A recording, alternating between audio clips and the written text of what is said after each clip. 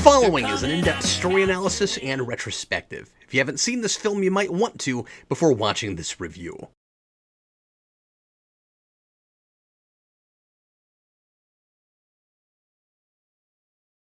In 2015, Ant-Man made it really clear that Marvel had gained so much consumer confidence they were willing to try out just about anything with the Marvel banner over it, even if, at first glance, it looked like one of the least exciting or epic characters the stable had to offer. Guardians of the Galaxy was obscure and maybe counterintuitive as a big blockbuster, but if you knew those characters, you could see the potential in its comedic and cosmic brand. Before, you could maybe see that in a superhero who can shrink and in a universe that already has an insect-like hero that's one of the most popular superheroes on the planet. I realized Spider-Man wasn't in the Marvel Cinematic Universe yet, but those of us who were paying attention knew he was coming. And if the MCU wasn't getting Spider-Man, Ant-Man might have looked like a poor knockoff, like the Inhumans ultimately did of the X-Men on television. But Guardians was the equivalent of an unknown IP going viral overnight. Guardians was a D-list comic book, and then suddenly Rocket Raccoon and Groot were almost as recognizable as the Avengers. Ant-Man is arguably a C or D-list hero that some people have heard of, but who just never had a massive fan base. And I'd argue, still doesn't, despite the fact that his movies performed well enough, and some of his scenes in the big event movies now are major crowd pleasers. Yeah, there's more Ant-Man fans than you used to have, but he's not Captain America. He doesn't sound or look cinematic next to Spider-Man or Iron Man, or even the Guardians. It isn't the most heroic or flashy or edgy idea, or costume. Although in the big moments where he's shrunk down and we're looking at our world from an ant's perspective, it looks as iconic as it possibly can. The first time Scott gets on Anthony's back, when he runs across the model of the Cross building like he's suddenly in an Avengers movie, and of course the climactic battle on a Thomas the Tank Engine set in Scott's daughter's bedroom are all grand set pieces that inspire plenty of awe, until the camera pulls back and I'm laughing at how quaint and absurd this all is from a human being's perspective. Ant-Man has always been more of a team character than a solo act. I never thought of Ant-Man by himself, only as an Avenger, and it seemed counterintuitive not to introduce him in an Avengers movie before he got his own, if that was even a viable concept. Despite Stan Lee's protests for decades to the contrary, it's not a concept that ever really had legs on its own. I don't think an Ant-Man, apart from a larger, already established universe, would ever have caught on, no matter how well conceived, directed, and acted the movie was. Yes, you can get away with anything. There might have been a small, see what I did there, market for that, but it wouldn't have been as mainstream as this film was. A Daredevil universe? Sure. A Ghost Rider universe? I mean, maybe. An Ant-Man universe? Cult classic at best. It could be the best superhero movie ever made, but getting butts in seats sounds like a puzzle the combined marketing departments at Geico, Arby's, and Budweiser couldn't solve.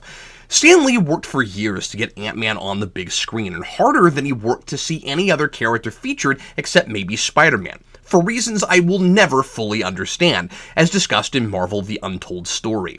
And perhaps the technology wasn't there in the 80s or 90s to realize the POV of an ant-sized hero as realistically and viscerally as Lee wanted, as Paul Rudd talks about in the movie commentary. But even if it had been, I think a studio needed a number of other successful superhero movies under its belt before as many people would have warmed up to a 2-hour movie about a guy who shrinks and fights crime as did for this movie.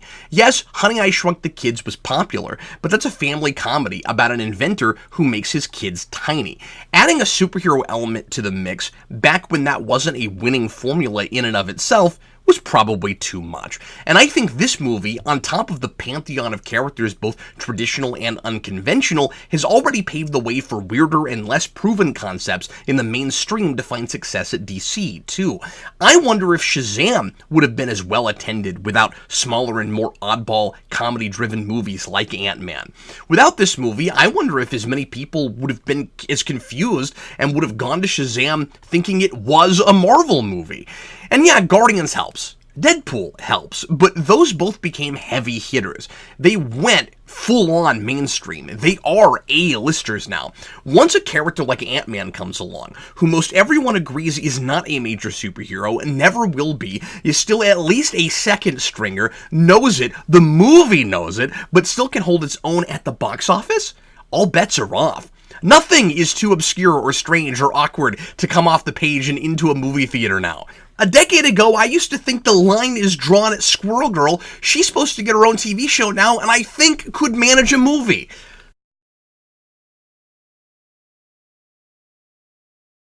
Ant-Man is by no means one of the most important superhero movies ever made. It's still niche, but only relative to Marvel's other offerings. But I think it's a milestone in smallness, and that's exactly what it set out to be. It's a massive special effects picture with a big budget like every other Marvel movie. It has a star-studded cast, big, loud, exciting action, lots of connections to the larger shared universe, but besides production values, absolutely everything about it is little.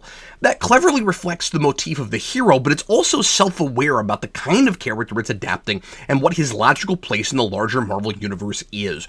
It's visually ambitious, but narratively, it scales everything down from what we're used to with these movies. It not only expects that Ant-Man won't become a tentpole A-list Avenger like Iron Man or Thor, it's not even interested in that. It wants to be a more intimate piece with more personal stakes, telling yet another story about a good guy fighting a dark reflection of himself in absurd costumes, but one that most everyone in the universe wouldn't even notice. Not just because his powers are literally becoming smaller than a quarter, but because what's in jeopardy isn't a city or the planet or the universe. At least, not immediately. I mean, yes, Hydra almost gets the Yellowjacket tech, which might have put them back on the board in a major way and created an Avengers-level threat later, but the film itself, at least, doesn't see a spiraling energy vortex, or a city falling out of the sky, or an alien invasion, or anything that causes any civilian casualties by the end. After having just seen the Guardians save the galaxy from Ronan's attempt to unleash an Infinity Stone, and the Avengers stopping Ultron from wiping out humanity to, in his mind, save the world, it's kind of refreshing to watch a story about a heist to stop a megalomaniac from selling shrinking tech to Hydra, and where the stakes are, at least ostensibly, just about a couple of guys trying not to lose their daughters. Scott Lang's motivations are muddled, and the message of the film is confused, but this was precisely the time to go back to superhero basics and bring back the simplest, purest version of the superhero origin. An unlikely hero is called into action. He begrudgingly answers the call he initially resists. A wise sage, or at least a scientist mentor guy, gives him an artifact that allows him to do amazing things, rather than his coming up with it himself. He leaves his home to train with said mentor, goes on an adventure that becomes a road to redemption or enlightenment, returns to his home, and in this case, defends it against a great evil, and is a better man for it all. There's some cheating. I don't think it's really the redemption story it presents itself as, but on paper anyway, it's maybe the most Joseph Campbell hero's journey story in the MCU, especially since we meet up with Spider-Man after some of that presumably happens for him. A lot of these stories take pieces of that formula, and a lot of them subvert them in some way, but this one is pretty by the numbers. And that's the thing a lot of its detractors don't like about it, which is perfectly understandable. It's too routine. We've been here and done this so many times before. Another hero who has to stop his megalomaniac mirror image from using the same powers or technology for evil. Another obligatory romance with the one woman he spends most of the movie with, almost entirely just because they're both attractive members of the opposite sex, and they're both there. Another damsel in distress that gets kidnapped and needs rescuing at the end. The list goes on. But this far into the MCU, I couldn't help but appreciate the nuts and bolts approach, especially to a character that's the opposite of larger than life. An everyman hero who is the perfect opportunity to bring a couple of things to this epic universe we didn't have until now. Entire stories devoted to B-team heroes, without trying to make them into a bigger deal than they should be, and legacy heroes, which before now seemed impossible since there wasn't a public history of costumed heroes apart from Captain America, until Tony Stark said, "I am Iron Man," at the end of his first movie. Hank Pym's introduction as the older, last-generation secret hero working for S.H.I.E.L.D. is a really creative and believable way to finally do a classic mantle-passing movie, and feels surprisingly not too retroactive. The way some of the stuff added to the universe in hindsight, like the Skrulls and the origin of Nick Fury losing his eye, feels to me in Captain Marvel. I love the way this movie expands the mythology while shrinking the scale. The voids it fills makes it feel essential for the larger universe, yet the story itself is totally skippable in the grander cosmic narrative. The connections to the larger universe don't feel gimmicky or like commercials for other movies. They give the story some credibility and make it feel like this was the only time in this world's history to tell this particular story. Maybe the coolest thing about this movie is how confident it is and how much pride it takes in its relative insignificance. At its core, as a singular piece, it's a comedy heist movie with a shrinking gimmick. In Marvel Comics terms, it's a side book. Guardians was sort of approached that way too. It's not until Infinity War that our Earth-based heroes even know about Peter Quill and his team. But because it is, at the time, the only movie dealing with the bigger cosmic stuff, and it explains what the Infinity Stones are, which we've been dealing with since the Cosmic Cube first appeared, it is technically important. And also, again, achieve the kind of popularity that reignites interest in entire genres. Guardians is arguably the Star Wars of the generation of kids growing up with it before even Star Wars is, and both of those competing properties are owned by the same parent company. I'm not implying James Gunn or Marvel expected that to happen, nor do his movies try to present the Guardians as more A-list than they naturally are. But in the public eye, the Guardians are a top-tier property now. Ant-Man watches to me like almost a reaction to that success. Like, that's all well and good, but there are characters that probably will never achieve that level of popularity, and there's room for more niche stuff that's not for everybody. I really appreciated getting a movie about a minor hero that seems to almost hope it doesn't do too well, especially in exploiting the idea of being small and using that to your advantage, which the film itself is doing.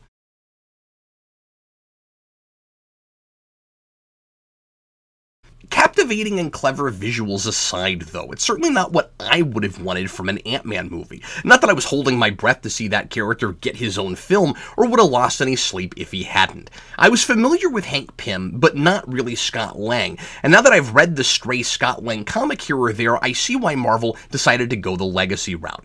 Lang is easy to play for comedy, which has been a proven strategy for Marvel. He's a wisecracking, thieving screw-up, while Hank Pym is an often tragic and often darker character than any hero in the MCU has been up to this point, with maybe the exception of some of the anti-heroes in Guardians. Pym is an extreme version of movie Tony Stark, an egotistical genius who maybe never finds even as much humility as Tony Stark does in his first movie, and who famously beats his wife in the Ultimate Universe version, and I think kinda goes that far in the regular continuity too. He's played as morally ambiguous, which is harder to sell along with such a whimsical premise. I certainly appreciate Hank Pym's presence in the movie and his role as the mentor who uses Scott for his own ends and only recruits him because he sees him as expendable, not wanting to put his more qualified daughter in harm's way. But Hank Pym is a major first-generation Avenger in the comics, and it always felt weird to build a team without him and the Wasp in the movies. But again, unless they were introduced in another movie and didn't get their own, like Hawkeye and Black Widow, it may not have worked. I don't think Marvel had the clout during Phase 1 to justify trying to market an Ant-Man film. But several things about this approach still feel counterintuitive to me as a comics fan. The timing of this movie was really odd. While it was the right time for the character, it was really strange to put out an Ant-Man movie immediately after your Ultron movie and not have Hank Pym involved at all with the creation of Ultron. The way Ultron's creation is shifted to being Tony Stark's, and Ultron as a dark mirror for Tony's ego and obsession with control, all ends up being pretty inspired, but it struck me as the kind of thing you'd do if you didn't have the rights to or had no plans to use Hank Pym, who creates Ultron in the comics. And then the very next thing you do is Hank Pym? Ultron is supposed to be the personification of Pym's ego in the comics, too, and what makes it more awkward is that this film is sort of trying to give us that same morally ambiguous, self-righteous Pym, but right after the MCU did all that so well with Tony, it kind of pussyfoots around about it with Pym, vaguely presenting its Pym as a similar character, but being careful to shield the audience from whatever horrible mistakes he might have made that would really showcase the temper we know he has. And side note, it was also weird timing because the Arrowverse had just introduced the Atom, played by Brandon Routh, into its universe in Arrow, and then made him a main cast member in Legends of Tomorrow. But when Palmer is first introduced, he doesn't have his shrinking tech, even though that's the main thing the character uses in the comics, just like Ant-Man. I figured the producers didn't want to get overly ambitious and maybe didn't know how to make the shrinking effect look good enough, kind of like studios before Disney with Honey, I Shrunk the Kids, when Stan Lee first shopped Ant-Man Ant-Man around. But then, the very next season, Palmer gets his shrinking tech right after the Ant-Man movie comes out, and now it probably looks to anyone unfamiliar with the source material like the CW is retroactively making him an Ant-Man knockoff, when Flash could have gotten in front of it, especially because the producers had to know Ant-Man was in production and gotten to a shrinking hero before the MCU did it. Why wouldn't you do that if you're going to truly make him the Atom later on anyway?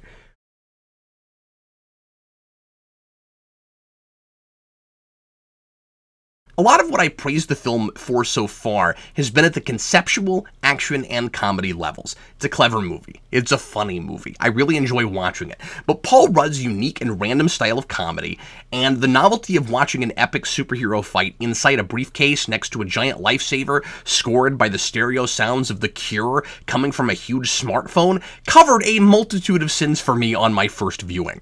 Story and characterization leave a lot to be desired. I think it's really easy not to notice some of the narrative cheating that's happening here because the action and performances are so good. The more I put the story under a magnifying glass, the more I find myself burning giant holes right through it. There's not as much character confusion and as many plot holes as there are ants in the movie, but there's a lot of calculated misdirection as actors like Paul Rudd and Michael Douglas bring so much heart, fun, and in Douglas's case, pathos to the material. The movie maybe hopes we won't notice how subpar a lot of this writing and plotting is. It's a mediocre script executed at the highest possible quality. I said this movie probably wouldn't have been successful without Marvel's track record.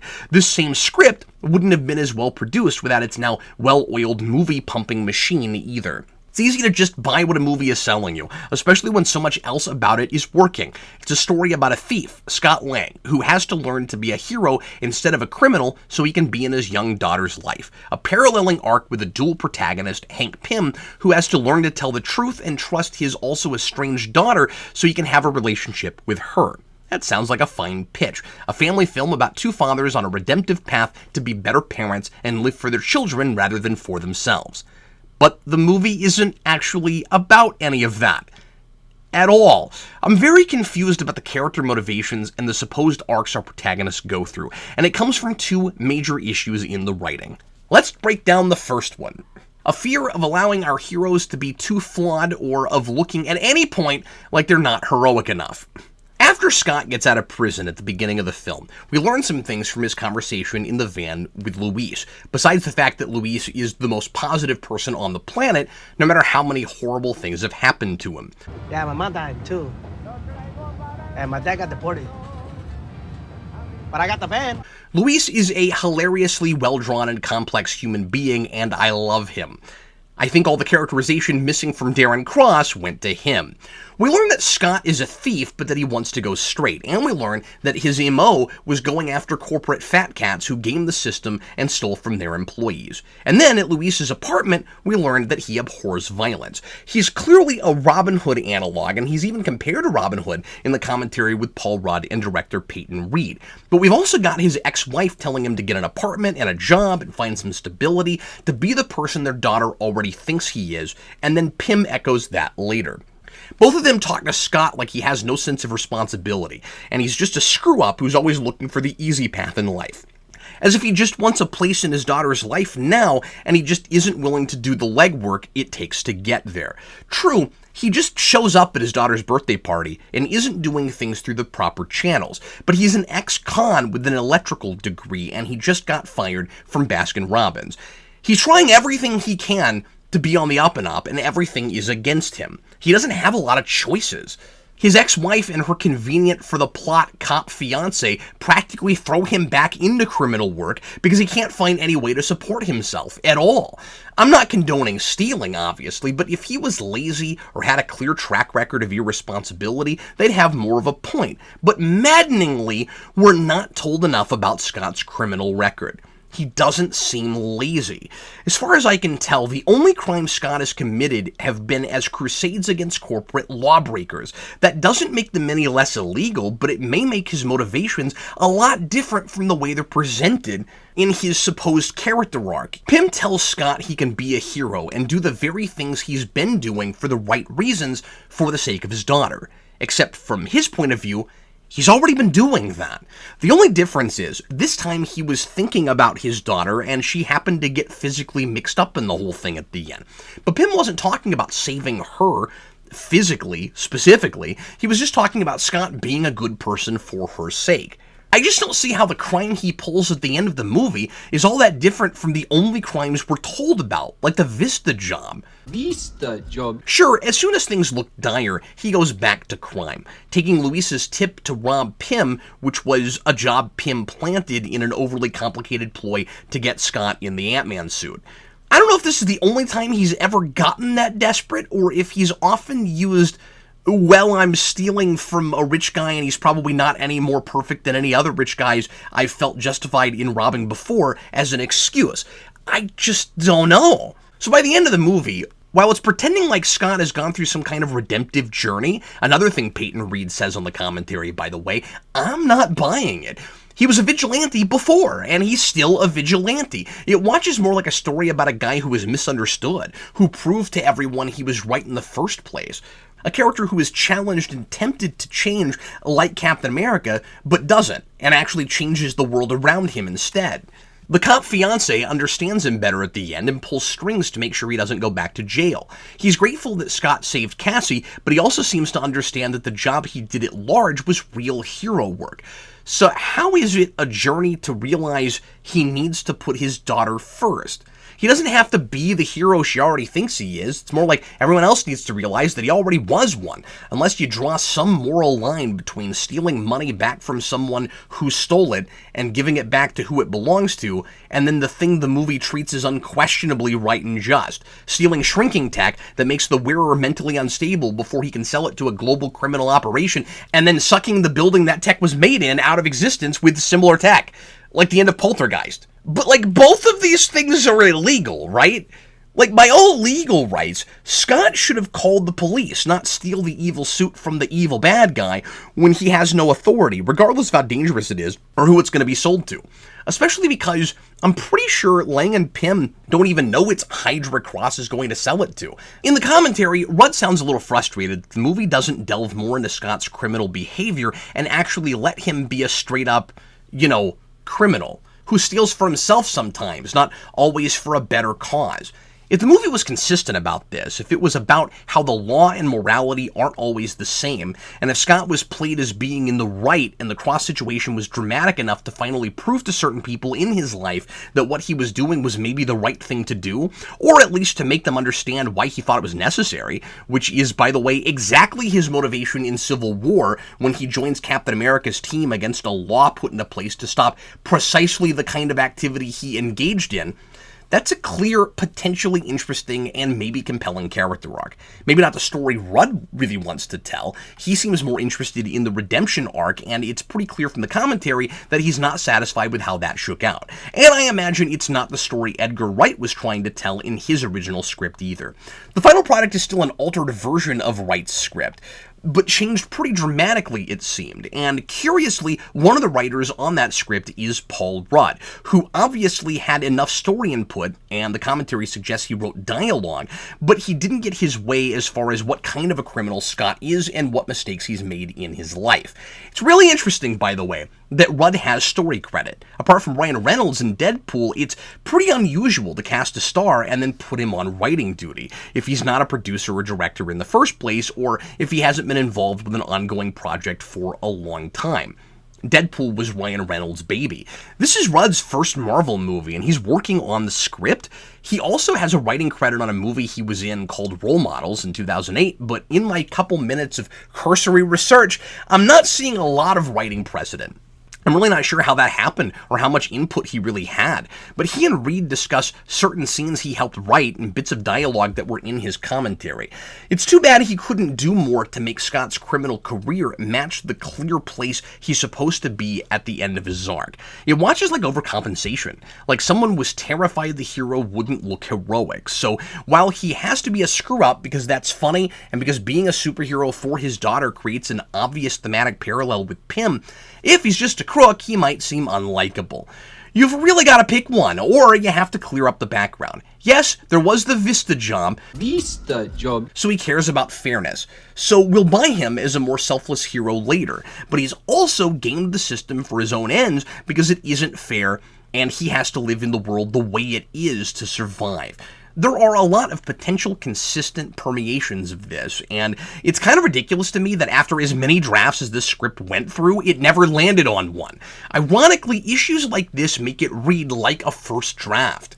And then Pym, as I talked about a little earlier, has a similar problem. He's got a temper, and he's supposed to have a dark side he doesn't fully have under control, but the movie is really vague about what exactly he's done in the past, what exactly his demons are. The point of his arc is also muddled, because the movie pulls its punches with Pym, like it's afraid to hurt its darlings. If Pym was afraid Cross was too much like him, I want to know what aspect of himself he sees in Cross. Darren is this conceited, mentally unstable, self-proclaimed genius who generically wants power and notoriety and to prove to his mentor how great he is. Broadly, I guess they both kind of have a narcissistic tendency and a hubris in common. But I mean, that's not very interesting. On first viewing, I'm expecting some kind of bombshell about his past. This guy slams a S.H.I.E.L.D. agent's face into a table in his first scene in the 1989 flashback. Heck, in the first scene, like a minute and a half into the movie, for trying to recreate his work. S.H.I.E.L.D. hasn't even managed it. They're just trying. They're not anywhere close. And Pym doesn't just punch the guy, he makes him eat a desk with his face. We'd never seen anybody do that in the MCU before this, and I'm thinking, right on, that's Hank Pym. And then his big mistakes are, I guess, like creating a monster by not teaching him how to shrink people and alienating his daughter because he blames himself for his wife's death, which isn't his fault, and he comes to realize it's not his fault. Unless it's supposed to be bad that he made the Ant-Man suit in the first place. So like I said, his arc is about telling the truth, I guess, or only telling the truth to the right people. I thought it was a story about creating your own demons, but then Cross becomes a huge threat since Pym didn't foolishly tell him all his secrets. So I guess his mistake was picking someone who was too much like him. But as far as we know, Pym only ever used his genius and ambition for good. He worked for S.H.I.E.L.D. to help topple evil dictatorships and stop missiles from hitting the US and stuff. That big reveal I was expecting turned out to be that his wife, Janet, chose to sacrifice herself to save the country. So if he hadn't made the suit, a lot of people would have died. Not just with that mission, but lots of missions. And again, he comes to terms with that and decides it's not his fault, but the story still plays him like he's this morally ambiguous guy, and the confrontations between Lang and Cross play like a Sins of the Father situation. It's like 80% of the way there, but I just don't have enough to know exactly what we're getting at with this. I think Pym is better developed than Lang is, but like with Lang, it feels gun-shy about allowing Pym to be as morally conflicted as it wants him to be. The other major issue that keeps me from fully understanding my protagonist and the supposed moral of the story is that we're watching a series of events that seems to be dictated by a pre-written outline rather than by characters' decisions and actions. I've already thrown out the example of Hank deciding to finally tell Hope about how her mother really died, despite how totally stubborn he's been about that. But that's relatively minor, and considering she is acting like she's not going to cooperate anymore, an argument can be made that maybe Pym is motivated enough to have that conversation with her. There are two plot points that are absolutely ridiculous and are totally contrived, though, just to get us to the next scene. The first is the way Hank recruits Scott. When your story has a ticking time bomb, you can't also have your protagonist take his sweet time waiting for his unassuming secret weapon to finally apply for the job after your protagonist lays out a bunch of breadcrumbs he may or may not pick up. And because he does that, for no good reason, they stop the bad guy just in the nick of time. How convenient. Hope is worried that Darren is close to figuring out Hank's formula. He can shrink inorganic matter now, and honestly, I think that would be dangerous enough, given the application Hank himself uses for that, most notably with the tiny tank he keeps around a keychain that pays off in the third act. But anyway, time's a-wasting, and instead of just going to Scott and saying, "I know you're a really good thief and I need your help," he creates an elaborate series of hurdles for Scott to jump through, any number of which Scott could choose not to bother with. And even before that, the game of telephone, hysterically reiterated for Scott by Luis, could have stopped in a number of places too. The first girl who learns about the job is paid off by Hank, so of course she's going to start the word of mouth. But what if it never gets to Luis? What if Luis decided not to tell Scott about it because he knows Scott's trying to go legit? What if Scott decides not to take the job like he initially does? What if he gives up when he realizes how difficult the safe is to crack? What if he breaks into the safe but decides not to take the motorcycle suit? What if he doesn't think to put it on? What if he doesn't figure out how it shrinks? I realize Pym is watching this the entire time. He's got ant surveillance on him, and he could find ways to nudge Scott or eventually improvise a whole new plan, like he does do when Hope calls the cops on Scott and Pym has to help him use the suit to escape from prison. But this entire plan is mind-bogglingly unnecessarily complicated. It's put together this way so that A, Luis can have what will become his trademark comedy speech. And I'm not denying that that and the one at the end are both wonderful, and the movie would be missing something special without them. B, so Scott can demonstrate how great a thief he is, and C, so Scott's journey to his mentor can be mysterious, like the Wizard of Oz. But it's insane that Pym risks missing his window of opportunity to stop Cross for the sake of being theatrical and to see Scott do what he already knows he can do. Yeah, he's eventually gonna get to Scott and talk to him, but why waste so much time? Does he need Scott to audition for the role for some reason? Is the job he set Scott up to do at his house any harder than the Vista job? Vista job. And that's more confused when he gives Scott the "be the hero your daughter already thinks you are" speech. He's trying to teach Scott not to rely on crime, but the only reason, besides making sure he can do the job, he'd invite him to try to steal the Ant-Man suit would be to see if he's still willing to break the law. Because I think his credentials are already in order. He already knows what the man can do. And he is willing to break the law, but then Pym acts like he needs to learn not to do that by doing the same kind of job, but in a superhero costume. I get that he's just using Scott for his own ends, but it's a flimsy way to try to convince someone to do something, and Scott doesn't treat him like he's full of crap. He actually thinks he's becoming a better person by doing this. They never say "this one last time" or anything like that, just "do it for your daughter," whatever that ultimately means. All of this could be more straightforward. You'd also lose 15 or 20 minutes out of the movie, and that would really tighten the pacing. It's too long at 2 hours. It's the simplest premise for an MCU movie, and it should be the shortest as well as the smallest. I'm going to warn you guys right now, I'm going to go on way too long about this next thing, but it drives me insane, and I've got to break it down. Then there's the scene where Darren Cross shows up at Hank Pym's house for seemingly no reason, and the movie cannot decide why he's there. I mean, I know why he's there, because he's the scary, menacing bad guy, and we haven't seen him in a while, so wouldn't it be a freaky surprise if he just showed up? And because we need some excuse to get Luis and his crew involved in the big heist at the end. Cross is just standing in the living room while Hank, Scott, and Hope are plotting the heist in the other room. He says he's there to invite Hank to his big unveiling. He's clearly casing the place and trying to figure out what Hank's up to because he's acting shifty. While they're talking, ants roll up a set of blueprints that give away the whole scheme. There's an uncomfortable exchange, Cross leaves, and almost immediately, Hope's phone rings. It's Darren asking her where she is, and he's freaking out because he can tell Hank's up to something. He tells her he's going to beef up security, and so suddenly they have to figure out how to get Scott inside a different way than they'd planned. Now they need more help, so they're going to have to bring in Scott's burglar buddies. No, not those 3 wombats. No way. Yes, Hank, those, wombats.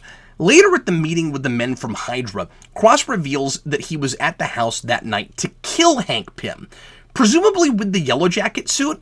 Or maybe he would just fire that gun with the prototype version that just reduces people into jelly that he killed that guy with in the bathroom.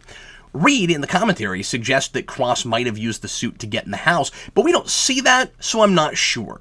He says he didn't kill Hank because Hope was there, and he wasn't ready to kill her yet, which he'd have to do so there weren't any witnesses, naturally, so he left. And then we get the excuse from Hope that the suit is messing with his brain, because he wasn't able to stop it from affecting the wearer mentally like Hank's suit does, and that's apparently why he's acting irrationally. All of this explanation watches so retroactive and base covering that I would be shocked to find it wasn't a reshoot and wasn't the very last thing that was filmed for the entire movie. It's painfully obvious that Cross's appearance at the house is an excuse to manufacture a ripple in Hank's plan, and it comes from no character motivation whatsoever. This is all so awkward. So A, Cross's one consistent, not altogether generic character motivation, such as it is that he wants to show up and impress his former mentor. He brought Hank there at the beginning to show him he almost had the shrinking technology figured out and was going to weaponize it. And also to rub in his face that he's about to change the name from Pimtech to Cross Industries.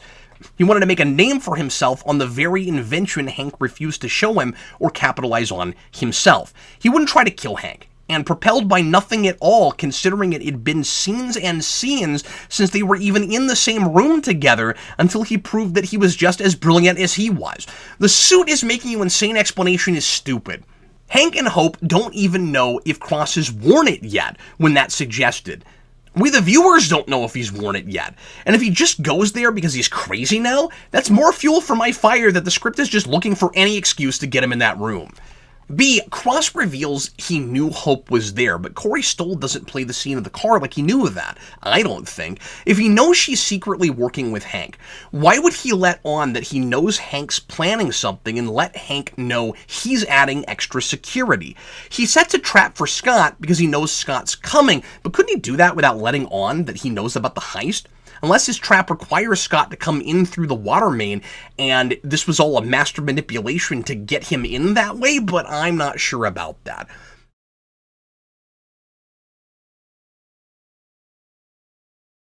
I love Corey Stoll. He's hamming it up and having a great time, and he's got one of the all-time great pained screams.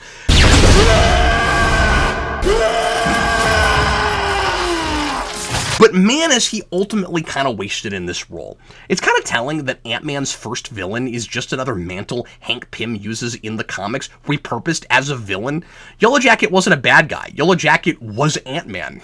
Marvel has a track record of uninspired villains, and he's one of the worst because he's not only underdeveloped and seems crazy for no reason, even before he's apparently actually crazy, but he's just an amalgam of other MCU villains, specifically Iron Man villains.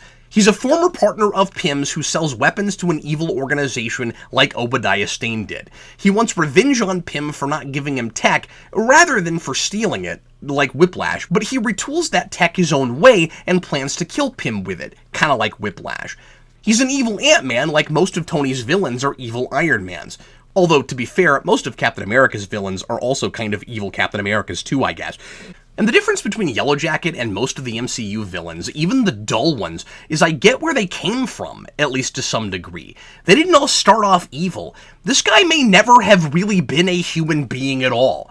He's got no perspective, and you can't blame Pym for creating him. He's supposed to reflect S.H.I.E.L.D., greedy, power-hungry people who want Hank's technology for their own ends. And Hank becomes cynical and paranoid because he can't trust anyone with his tech.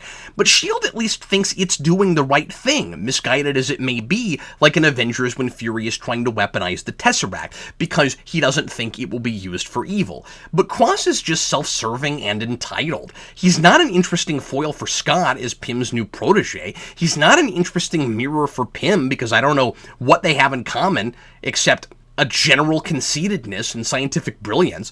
And he's not even an interesting parallel to either Hank's kid or Scott's kid, as the child Pym would have maybe once done anything for, like he and Scott are doing for their daughters.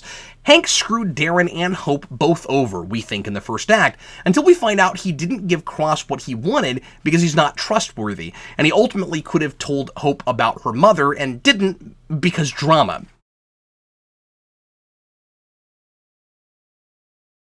A couple of other non-character motivation issues, but still irritating things I want to mention. The way Scott gets out of the quantum realm at the end is a little predictable, way too easy, and pretty contrived.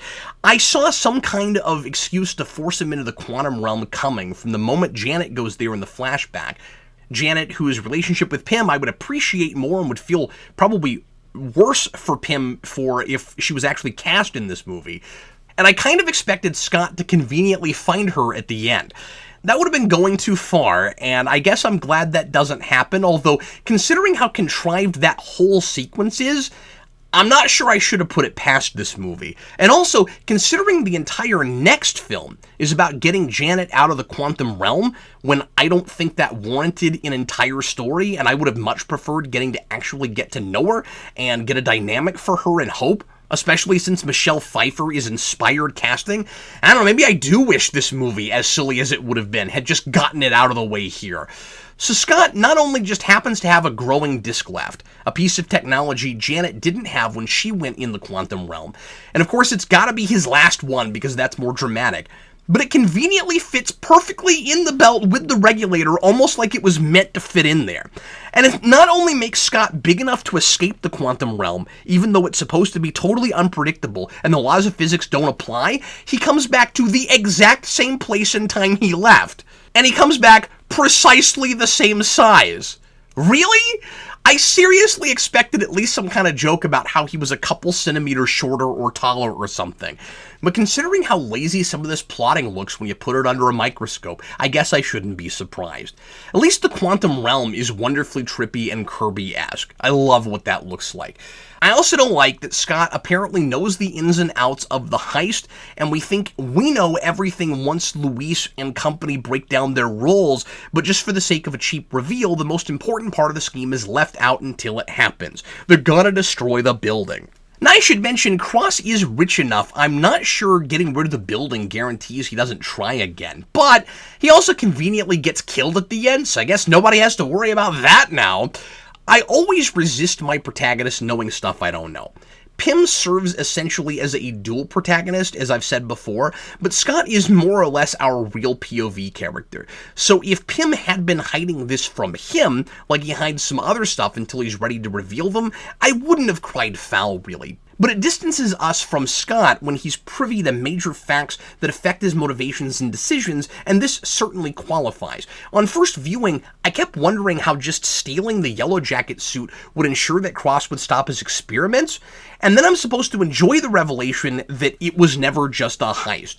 Part of the problem is being left out of the protagonist's head in that way, but the other problem is the movie's not smart enough for me to trust that's going to make sense.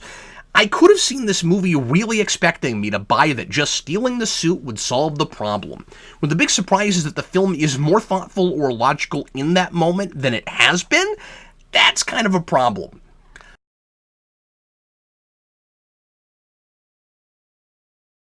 Before we get to my score, let's find out what some of the patrons at the Secret Superhero Screen Society thought with some tweet-length reviews. Tank Gunner 007, remember that commercial where Paul Rudd and Michael Douglas said ants repeatedly? That was the best thing to come out of this film. Ants! Ants!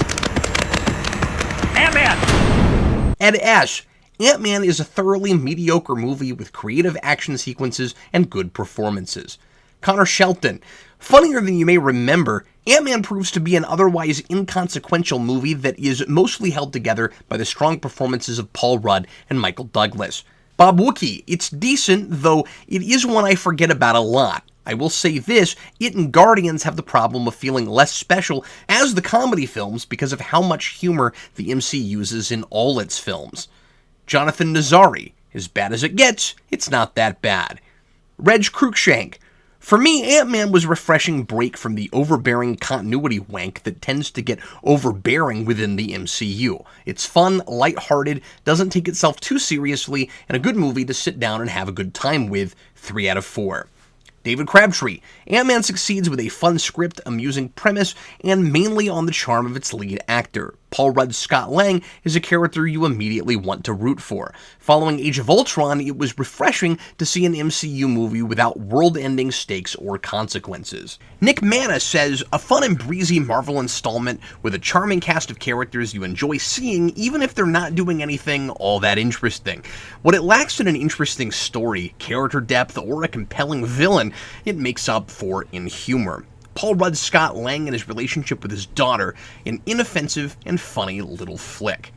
Iron Bat 1993 says Ant-Man is a fun movie. Sure, it's similar to Iron Man, but it also brings a heist element and balanced comedy and drama better than recent Marvel films. Jacob May says, I like it, but man do I wish Edgar Wright got to do his own thing. Bag Studios, well, it's a fun time, and I love the characters, but a lot more could have been done with the material. Things get set up pretty well, but ultimately, nothing is done with the larger, pun intended, ideas. Jacob Schneider, like most Marvel movies, this film is a fun time and well constructed. However, that also means that it suffers from those same problems that plague so many. The humor often undermines the tension of a scene, and the villain is not particularly compelling. Add to that he goes from scummy CEO to murderer in no time at all, and I'm left a little baffled as to who he is. In spite of this, I find this movie very entertaining, so I'll give it a 2.5 out of 4.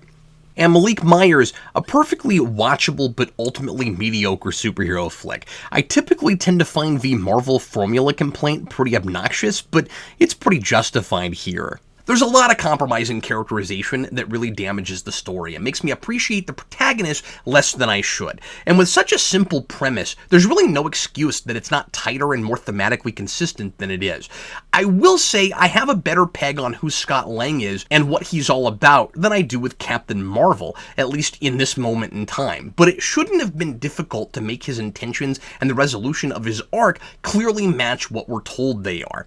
A lot of the action and set pieces are clever and original. Jumping from the epic POV of Scott Lang ant-sized back to a human-sized perspective, especially when lasers are firing or things are falling over, never gets old. Falcon has a fun cameo that somehow I haven't mentioned yet, and there's some amusing choreography in that fight as Ant-Man gets big and small while Falcon tries to hit him, and of course, it gets points for that. And again, the choice to make a small movie about a character who gets small and treat him like a B-level hero is fantastic, because it's true to the character, and because it brings a traditional Marvel comic element to the big screen we hadn't had, and I didn't expect to ever see. It's a mediocre script that sometimes cheats to get to where it wants to go, but it's executed beautifully. I'm giving Ant-Man a 2.5 out of 4.